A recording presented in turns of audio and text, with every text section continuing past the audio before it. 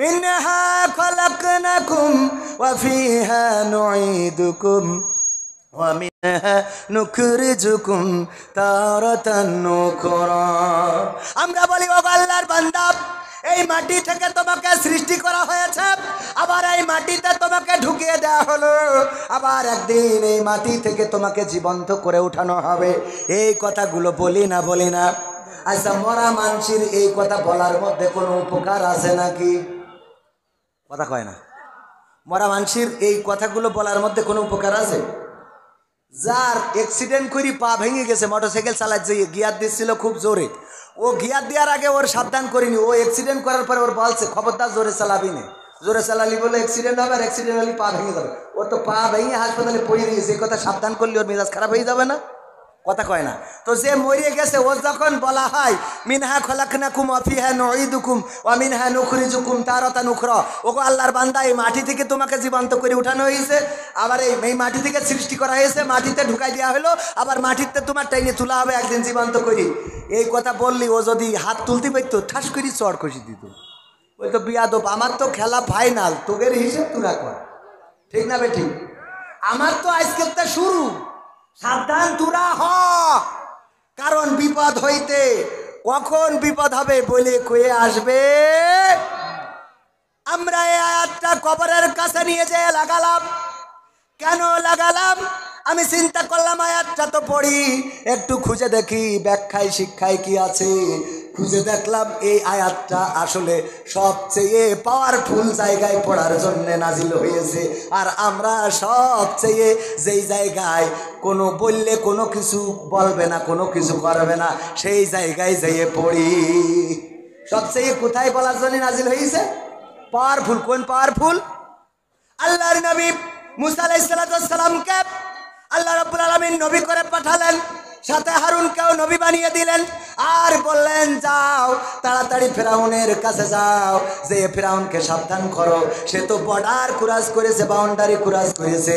পৃথিবীর মধ্যে একজন মেম্বার সে একটা ওয়ার্ডের চেয়ার নিয়ে টানাটানি করে, একজন চেয়ারম্যান কাউন্সিলের চেয়ার নিয়ে টানাটানি করে, একজন এমপি সে একটি আসনের চেয়ার নিয়ে টানাটানি করে, একজন উপজেলা চেয়ারম্যান উপজেলা পরিষদের চেয়ার নিয়ে টানাটানি করে, একজন মন্ত্রী মন্ত্রিত্বের চেয়ার নিয়ে টানাটানি করে, প্রধানমন্ত্রিত্বের চেয়ার নিয়ে টানাটানি করে। কিন্তু ফেরাউন ছিল এমন একজন, সে পৃথিবীর সব চেয়ারটাকে উপেক্ষা করে আল্লাহর চেয়ার নিয়ে টানাটানি করতে চেয়েছিল। বলেন ঠিক কিনা? তার মানে পৃথিবীর সব ক্ষমতাধরদের থেকে অত্যন্ত বড় ক্ষমতাধর নিজেকে মনে করেছিল না? করে নাই? মনে শুধু করাই নাই, বরং তার প্রকাশ করেছিল, সবাইকে বলেছিল আমি রব, তোমরা আমাকে মেনে নাও, আমাকে মেনে নাও। আর আল্লাহ রাব্বুল আলামিন মুসা আলাইহিস সালামকে দিয়ে বলল যাও ফেরাউনকে সাবধান করো, তারে বলবা আমি নবী হয়ে এসেছি, যদি বিশ্বাস না করে তাইলে তুমি মুজিজা দেখাবা। সেই মুজিজা হলো তোমার হাত তোমার বগলের নিচে রাখবা, তারপরে বের করবা, আলোর ঝলকানি দিতে থাকবে, তারপরে আবার ওটা যখন হাত বগলের নিচে দিয়ে দিবা তখন সেই আলোটা নিভে যাবে, এটা দেখাবা। যদি তাও বিশ্বাস না করে হাতের লাঠিটা ছেড়ে দিবা, এই লাঠিটা সাপ হয়ে যাবে, আবার ওই সাপের ল্যাজটা ধরবা, অমনি লাঠি হয়ে যাবে, এটা দেখাবা। এটা দেখানোর পরে ফিরআউন বলল আমি মেনে নিলাম। মেনে নিলাম বলিল, তাহলে কোশ্চেন না কেন? আসলে ফেরাউন এর পরেও মানে নাই, কারণ ওদের ব্যাপারে আল্লাহ বলেছেন খতামাল্লাহু আলা কুলুবিহিম ওয়া আলা সামঈহিম ওয়া আলা আবসারিহিম গিশাওয়াত ওয়া লাহুম আযাবুন আযীম। আল্লাহ ওদের ব্যাপারে ওদের যতই সতর্ক করা হোক না কেন, ওদের অন্তর আর চোখের উপরে আল্লাহ সিল, ওদের অন্তর আর কানের উপরে আল্লাহ সিল মেরে দিয়েছে, আর চোখের উপরে আবরণ ফেলে দিয়েছে। যত সাবধান করা হোক ওরা সাবধান হবে না, আর ওদের জন্য রয়েছে জাহান্নামের শাস্তি। বলেন না এখন ফেরাউন যখন মানল না, আল্লাহ বলল এবার ফেরাউনরে একটা ওয়াজ শোনাও। কি ওয়াজ? বলো মিনহা খলাকনাকুম ওয়া ফিহা নুঈদুকুম ওয়া মিনহা নুখরিজুকুম তারাতান উখরা। ওগো ফেরাউন, কেন এত অহংকার করো, কেন এত বড়াই করো, কেন এত লড়াই করো, কেন এত সংগ্রাম করো, কেন এত মারামারি, কেন এত পিটাপিটি, কেন এত কিলাকিলি, কেন এত গ্রেফতার, কেন এত রিমান্ড, কেন এত ফাঁসি, কেন এত বিদ্রোহ? সব ক্ষমতা তোমার চূর্ণ হয়ে যাবে। তুমি কি চিন্তা করো না তোমার কোনো অস্তিত্ব ছিল না? আল্লাহ তোমাকে মাটি থেকে সৃষ্টি করেছে, আবার একদিন তোমাকে মাটির মধ্যে ঢুকিয়ে দেবে, আবার একদিন তোমাকে মাটি থেকে টেনে তুলবে।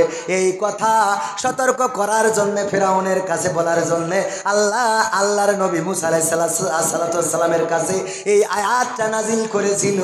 আর আমরা এই আয়াত নিয়ে যেয়ে মরা মানুষের কাছে যেয়ে পড়ি। তাহলে এটা কোথায় পড়তে হবে? এই গ্রামে সবচেয়ে বড় যে সুদখোর, তার কানের কাছে যাইয়ে বলতে হবে মিনহা খলাকনাকুম ওয়া ফিহা নুঈদুকুম ওয়া মিনহা নুখরিজুকুম তারাতান উখরা। কেন এত সুদ খাও, কেন এত মানুষের সাথে খারাপ আচরণ করো, কেন এত টাকা দিয়ে টাকা বাড়াও? সুদেরও সুদ খায়, এমন আছে না নাই? সুদেরও সুদ খায়। এইগুলো করে লাভ কি? একদিন তো মারা যাওয়া লাগবে। আল্লাহ মাটি থেকে বানাইছে, আবার কবরে ঢুকাবে, আবার জীবন্ত করে উঠাবে। এই গ্রামের ওয়ার্ডের যে মেম্বার, সেই মেম্বারের কাছে যায় বলতে হবে, মেম্বার কিসের ক্ষমতা, কিসের অহংকার? বিজেপির কার্ড কেন তুমি তোমার শালীর নামে দিয়ে ধুইছাও? বিধবা ভাতার কার্ড শালীর নামে দিলে তোমার কি মনে হয় না একদিন মারা যাওয়া লাগবে? মাটি থেকে বানাইছে, মাটিতে ঢুকাবে, মাটি থেকে উঠাবে। বুঝতে পারছেন? ওয়াজ কোনে করতে হবে? চেয়ারম্যানের কাছে যেয়ে বলতে হবে, চেয়ারম্যান সাহেব কিসের ক্ষমতা, কিসের বড়াই, কিসের লড়াই, কিসের অহংকার, সব ফেলে রেখে চলে যেতে হবে। একদিন কবর দেশের বাসিন্দা হতে হবে, আবার কবর থেকে উঠাবে, আবার কবরে ঢুকেছে আল্লাহ রাব্বুল আলামিন জীবন্ত করে উঠাবে। এই আয়াত পড়তে হবে এমপির কাছে, মন্ত্রীর কাছে, এই আয়াত পড়তে হবে প্রেসিডেন্টের কাছে, প্রধানমন্ত্রীর কাছে। আপাতত দরকার নেই, কিন্তু এই আয়াতগুলো ক্ষমতাশীল যারা, তাদের কাছে পড়ার দরকার আছে না নাই? কিন্তু আমরা কোনে যেয়ে পড়ি, যেখানে পড়লি বিপদ মুক্ত।